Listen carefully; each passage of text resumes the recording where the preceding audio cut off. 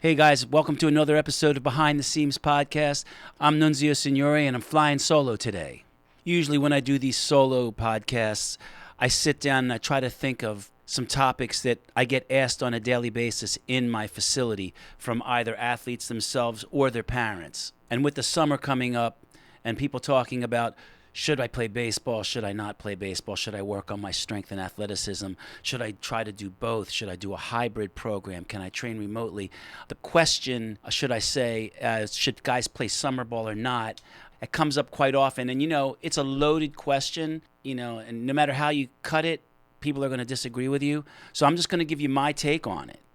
As far as I can remember, if you play baseball, you did it in the summer too. That's just how it's always been. But the game has changed dramatically in the last 5 to 10 years. Let me just say, first of all, kids should be kids.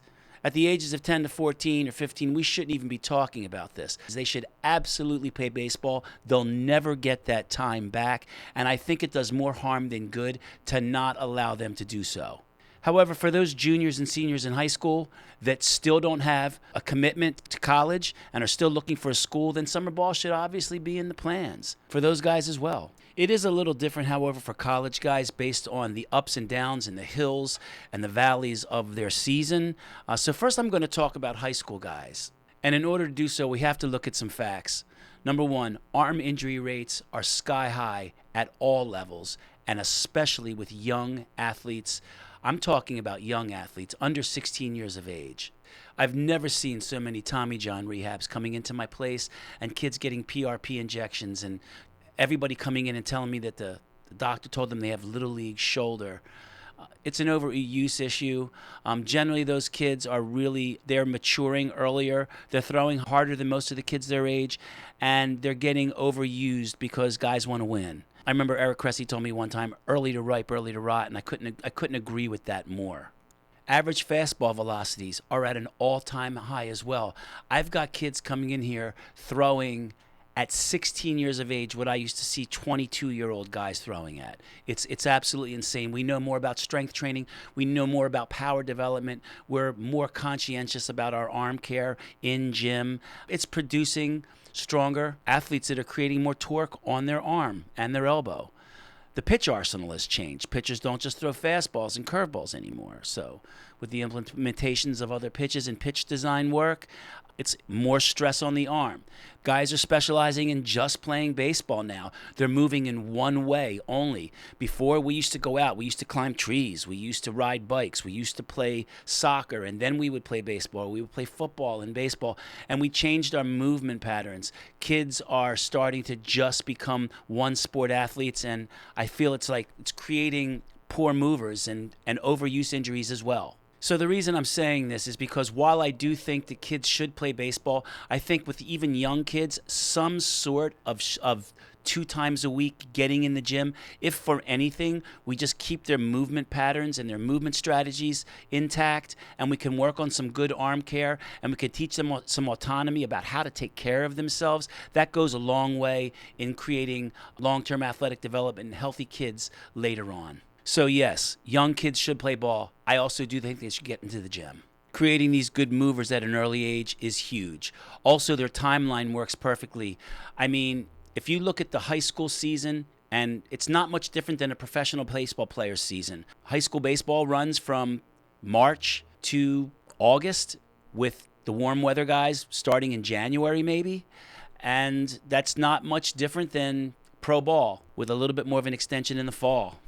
This gives high school athletes a huge amount of time in the off season, in that fall and winter, to get in good shape. We keep them maintaining that strength and power that they've had by staying in the gym 2 days a week, and we don't want to stop just because we're playing summer ball. You got to remember, we're adding in dehydration, poor sleep. So if you are going to play summer ball, you need more than ever to actually get into the gym, get a good dose of strength and mobility in, so you can combat those poor eating habits, dehydration, multiple games, the things that are happening in summer ball. Managing the college pitcher, on the other hand, which is a lot of our clientele, that's like trying to hit a moving target. These guys are playing ball in the fall. You generally like 6 weeks of fall practices and scrimmages. They've got 6 to 7 more weeks of training time just before winter break. And then we see them for like 4 to 6 weeks of strength training during winter break. And then 4 to 5 games per week from February to, June if they're doing well.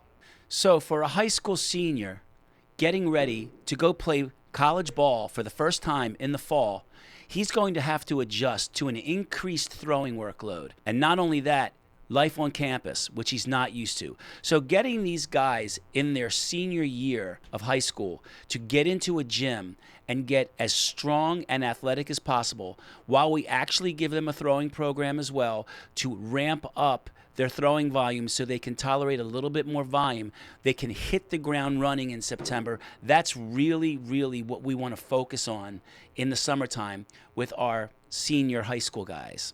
Just from experience, the seniors, juniors as well, the guys that spend their last 2 years of high school with us in the summertime and they hit limited innings and they work out in the gym, these guys hit the ground, as I said, running in college. And I get multiple phone calls from coaches.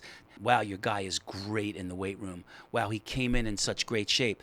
Because he wasn't running around in the heat all summer, eating bad food and driving multiple miles. He was sitting here working on his body, getting his reps in, and playing some local ball. So while we absolutely feel that young kids up to 16 years old should play summer ball and get some small doses of strength training in, I do feel that once you hit a junior or a senior in high school, unless you do not have a commitment, you should really spend that time in the gym. Why are you playing summer ball if you've got a commitment?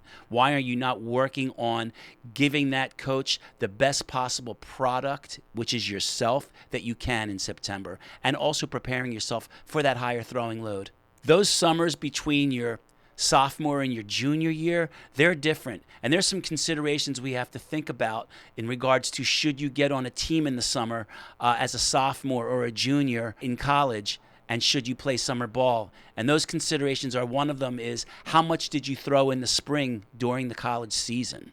If you put a lot of work in your sophomore and your junior year throwing to prep for the season, and then in the spring you got a lot of innings, you might want to tune it back a little bit, take back some volume, opting to not play summer ball instead and gain some good weight and strength and power in the weight room and go back hitting the ground running again, or, making yourself viable as a product to get drafted. If you're not trying to get drafted and it's solely for just the experience of continuing to play ball, then, play summer ball by all means. However, if you did not get a lot of innings, your time may be better spent in a weight room where you can also do a great throwing program for that volume. You can accomplish that with long toss, weighted balls, bullpens. You can do all that in a great facility that's working on getting you more athletic at the same time. If you want some competition, once again, local teams. And lastly, this is a no-brainer. Is strength your lowest hanging fruit? If that is your lowest hanging fruit, bigger and stronger guys generally can tolerate a long season and be used more because they don't gas out. I've been getting a lot of calls from college coaches that are asking me about housing and if we know places around our area where we can house their guys so they can come in here and they can spend the summer here getting strong. It's really, really a game changer, and I'm seeing the paradigm shift with these college coaches. They're starting to get it. And it's not just about coming to my facility. If you're in a league that has poorly outfitted gyms and long bus rides and multiple games and poor meal plans, then you should consider, getting to a good facility. If you've got a league that's really taking that into consideration, which is not many of them, unfortunately, but there's some great ones like the Cape and CPL who we're actually going to be outfitting with programs so their guys can actually do this, which I think is a game changer. Having college coaches know that you're offering the players in your league great programming that are done, including assessments, that's a game changer. And kudos to the guys at CPL. I told those guys, wow, what you're doing right now is pretty groundbreaking. If you're a guy who needs strength, you really need to make sure that you're checking out your summer ball program and making sure that they're the right fit for you developmentally. I mean, CPL will be including great strength training, I can promise you that, into their program. So if you do need to get innings, you don't have to worry about being in a junk gym and having your athletic ability suffer because you're just getting there and trying to get innings. You can do both. Just make sure you're not going into one of these leagues that's just simply going through the motion for a money grab. So to summarize, young kids, play ball. Young kids should play baseball, and I don't think that should change. However, I do feel like they should try to find a local program that really will help them create those good movement patterns while they're playing ball, 1 to 2 days a week, just to keep them moving well. As far as college guys go, that's a moving target. Are you getting innings? If you didn't get innings, then you need to play. Then you either need to find a great travel team that will give you great programming and outfit you in good gyms, or you need to get to a really great facility and jump into a local league where you can get some innings, because you can certainly get your throwing volume up as far as long toss and working on mechanics in a great facility while you're getting strength training as well. If you did the work in the fall and you got great innings in the spring, then you have your good volume of throwing already for the year. You should probably start to think about tuning it back a little bit and actually getting into a gym and just work on your athleticism and slowly ramp up to be ready to hit the ground running again in September. And lastly, if strength is your issue, why are you thinking about playing summer ball? It's going to make you weaker. You're going to get that controlled fall that we talk about all the time. Playing baseball does not make you stronger. It makes you technically better, but it does not make you stronger. It actually makes you weaker. Get into a good facility, spend the summer getting athletic, and maybe find a local league that's going to let you get, 4 innings a week in. Because if your velo is down in the season, going out and playing baseball all summer is absolutely not going to fix that problem. You need to get in and get strong. I think it's really important to understand that while it's important to play your sport to technically get better at your sport, the next thing I want to bring up is whether you do decide to play summer ball or not, either way, you really should be strength training. It's important to understand that while playing baseball makes you better at playing baseball from a technical viewpoint, it does not help you get stronger or able to maintain specific training adaptations as the season progresses. So the next thing I want to talk about is how do we stay in shape and stay strong and maintain strength and endurance while we're playing summer ball? First, we have to know that there's a couple hurdles we have to get over. Number one, there's limited time available due to hectic schedules, days spent on the road in hotels, and sometimes not really great training, if any training facilities. This makes staying consistent with a weekly training program close to impossible. So next, I'm going to talk about a few things athletes and travel coaches can do to help their athletes with recovery while maintaining that strength and mobility throughout the season. And in order to do this, we have to first understand training residuals. This means that to create a successful in-season program or summer program while they're playing ball, the first step is to understand that the attributes that playing the game, hitting and fielding and running, help develop different things than what the athlete needs to be continuing to perform at the highest level. So when I say training residuals, this represents the length of time a specific adaptation, power, strength, endurance will stay with you once you stop training it. And when we're talking about the summertime and in-season training, there's limited amounts of time that we can train. So all of these adaptations, strength, power endurance, speed, they all need to be trained together day to day, or sometimes even within the same day. So knowing which adaptations last longer, for example, max strength, the ability to stay strong, this time before it really starts to wane is about 30 days, plus or minus 5 days. Power, a little shorter, about 2.5 weeks, 18 days, plus or minus 5 days. Power endurance, 2 weeks. Speed, that starts to diminish once you stop training it within 3 to 5 days. That's why speed and running is such an important aspect of a daily training program that should be covered on the field during practices. That means that we don't have to spend that time in the weight room, and we can really work on max strength, power, and power endurance, and not have to spend the time working on speed because it's being covered by the team on the field. So different traits dominate different sports. Field sports, where there's a lot of running involved, is much different than what is needed for baseball, where short explosive movements require a lot of strength and power. So today we're going to focus on a couple of the things that we really need to focus on a good in-season and summer strength training program. Their mobility, core, max strength, and power endurance. Like I said, these are the things that generally do not get trained while we're playing baseball and that need to be in every good in-season and summer training program. We'll take them one by one. First up is mobility. Athletes don't just get hurt in season because they lose strength. They generally get hurt because they lose mobility. The amount of sitting on buses and standing and poor beds in hotel rooms or at host families during summer games can do a real number on these guys. And losses in mobility, specifically in the hips, T-spine, and shoulders. What we do know about throwing a baseball is that if your mobility is impaired, velocity and control will definitely be compromised. This can present itself anywhere on the body, but the big topics for baseball are the hips and T-spine and glenohumeral mobility and stability. So let's look at hip mobility first. The hips can get a bit gritty from sprinting as well as posting up, especially posting up when we're continually forcing internal rotation in that lead leg from blocking, or when we're hitting, and especially for pitchers coming down a mound, we're now coming down in force with more force because we're coming down from a slant. Okay. What we use for that a lot of times is bowler squats, hip flow circuits. You can find a lot of these on our website, in our exercise database on YouTube. For right now, I'm just going to mention a couple of them. So yeah, bowler squats. We can also add bowler squats with a reverse throw with band work, hip flow circuits, prone hip rotator stretches. There's a lot of them.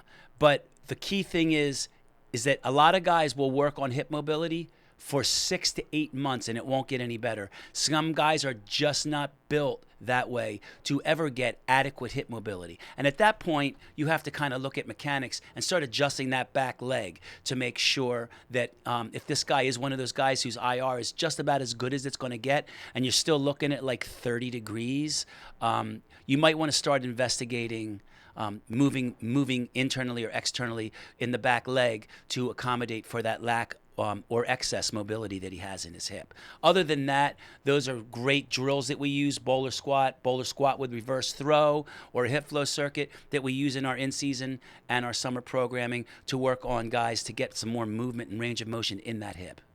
Next up is T-spine mobility. In a rotational sport like baseball, maintaining T-spine mobility is king.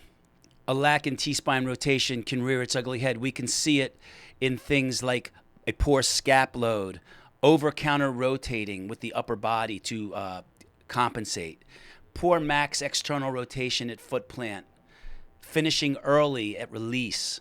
All of these things can be a sign that we may not be getting enough rotation in our torso and our trunk to sustain what we need to do on the mound or behind the plate. As far as hitters go, we can see them not creating enough space with those hands, maybe coming around early, having to commit early, and getting burned on a changeup as a result.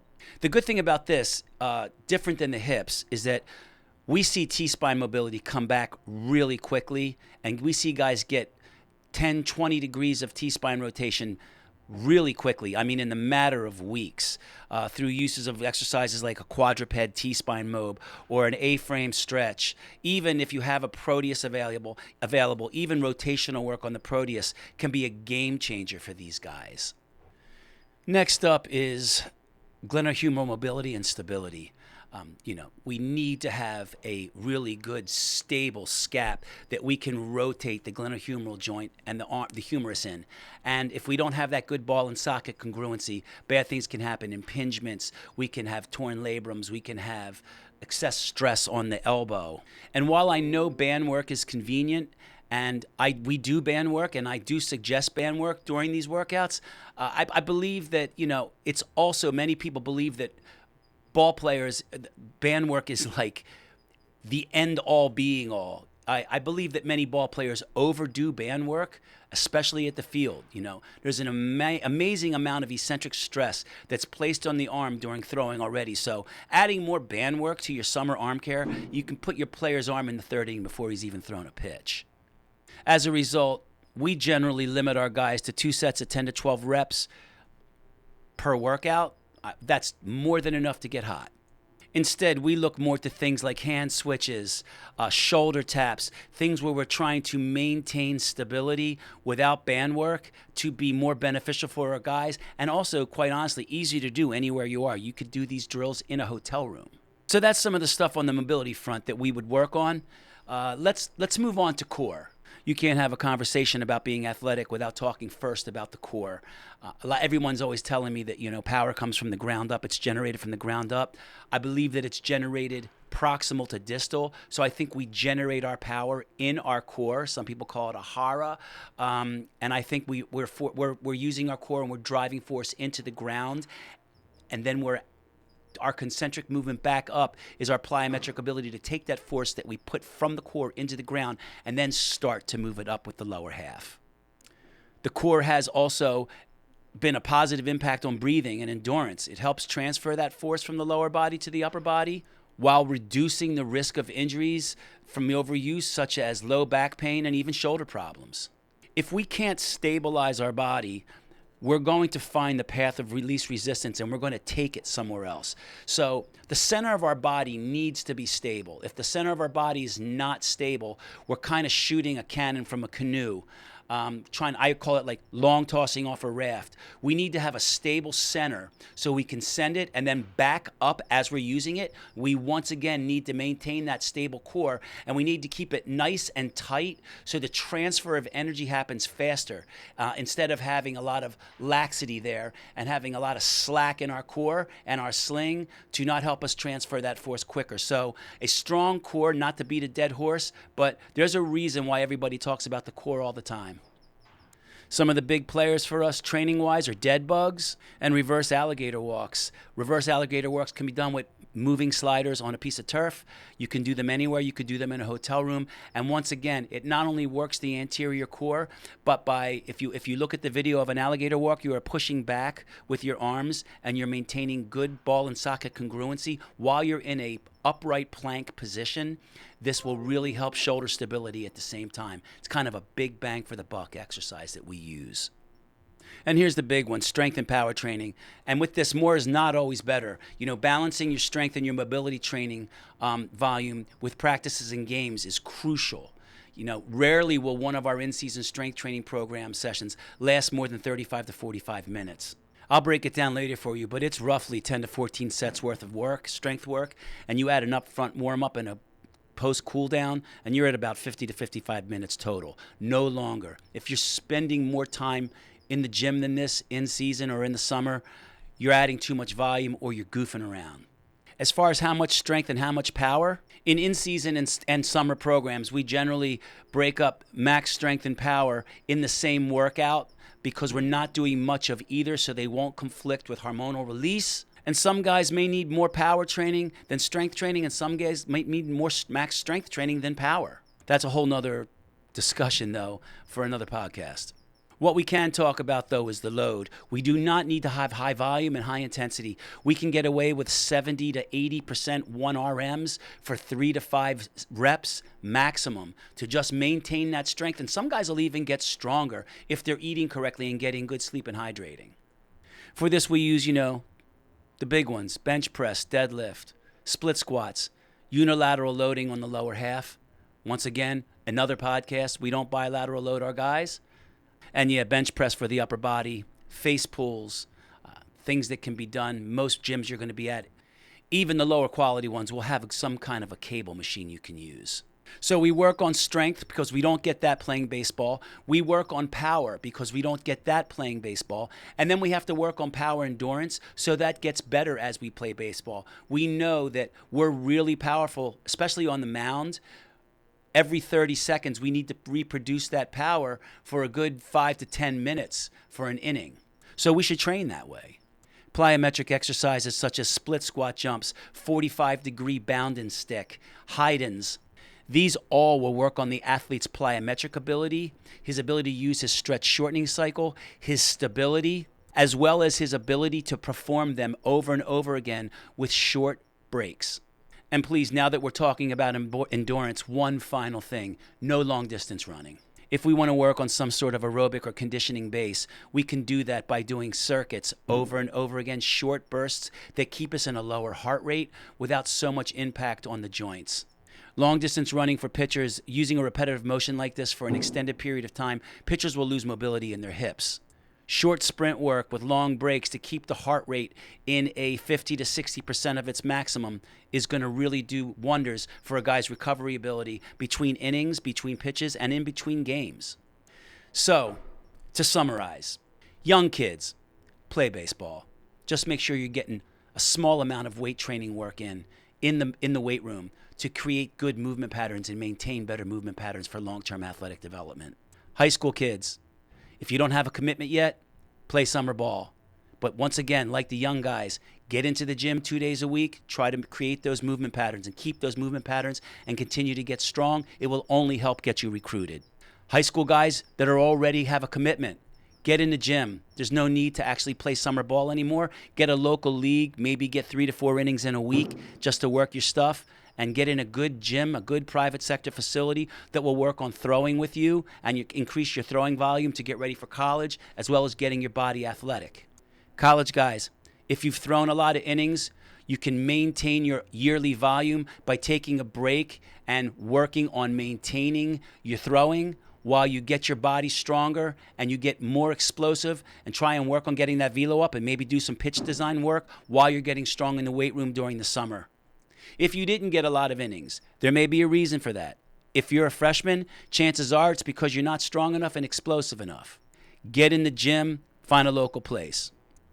On the strength training front, if you do decide you're going to strength train summer and spring in season, please make sure your workout includes a good warm-up, 10 minutes of mobility, activation, some band work, and then make sure you're working on your core, your max strength, your power and your power endurance. Like I said before, it's 10 to 14 sets of work. You do a warm-up, and then you do a post-cool down and maybe some light aerobic conditioning with some light sprint work to build the aerobic base. Another 10 minutes. We're talking 50 to 55 minutes total, no longer. This will help keep guys really, really strong and get them stronger during the summer. And please don't forget to hydrate and get your sleep. The bottom line is, once summer's over and we get into the fall, no matter where you are and what you're doing, you should be a better athlete, and your velocity should be at least where it was and hopefully higher. So that's it for today, and please, you can reach me at Nunzio Signore on Twitter. You can reach my facility at RPP_baseball on both Twitter and Instagram. The website is rocklandpeakperformance.com. We have some great remote training that actually coincides with what I spoke about today, and I have a book out called Velocity-Based Training, How to Apply Science, Technology, and Data to Maximize Performance. It's released by Human Kinetics, and you can get it on Amazon. And until next time, have a great day, and thanks for tuning in to the Behind the Seams podcast.